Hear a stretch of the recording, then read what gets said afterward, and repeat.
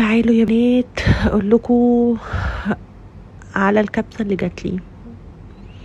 المهم انا كان جاي لي ضيوف، فقلت ادخل انضف اوضه النوم كده بسرعه، ونضفت السرير وسويته. بحب قوي قوي قوي اسوي السرير حتى لو هنام بعديها بساعه، ما عنديش مشكله.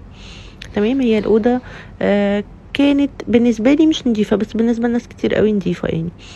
ونضفت الاتنين كومود اهم. يا اختي عليا وعلى نظافتي، بقوا بيلمعوا بيلمعوا بيلمعوا بيلمعوا. وبعد كده توتي زنت، قعدت انيم فيها وهشتك فيها ولحد ما نامت. رجليها عسل قوي. قعدت المع في الحيطان كده وانضف في الحيطان، عشان لو في اي حاجه مثلا مكان ايدينا ولا حاجه انا مش شايفاها. وبعد كده رحت ملمعه الباب، قعدت لمع لمع لمع لمع لمع لمع في الباب، ونضفت الستاره ونفضت الستاره ولمعت الموبيليا ولمعت المرايه. هوريكم كده.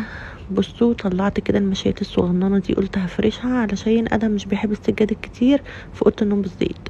اما الدولاب الصغنون دول ده بيرحمني من بهدله الدولاب لما ما بين الصيف والشتاء، الادهم يعني بيرحمني كتير. تمام. جبت المساحه وقلت امسح المساحه دي، رهيبه رهيبه رهيبه. كنست طبعا، وبعد كده بليتها وقعدت امسح. بتجيب الجناب وبتجيب من تحت الانترهات وكل حاجه، كل الهفو بتطلعهولك.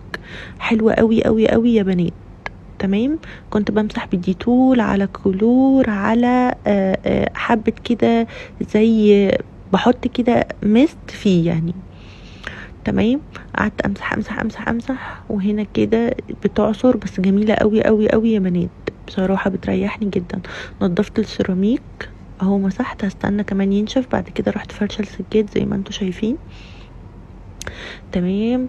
وشغلت الشمعة دي الشمعة دي بريحة الكريز، بتخلي ريحة الأوضة حلوة قوي.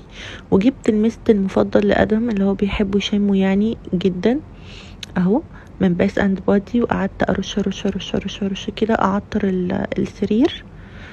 تمام. وبعد كده خلصنا.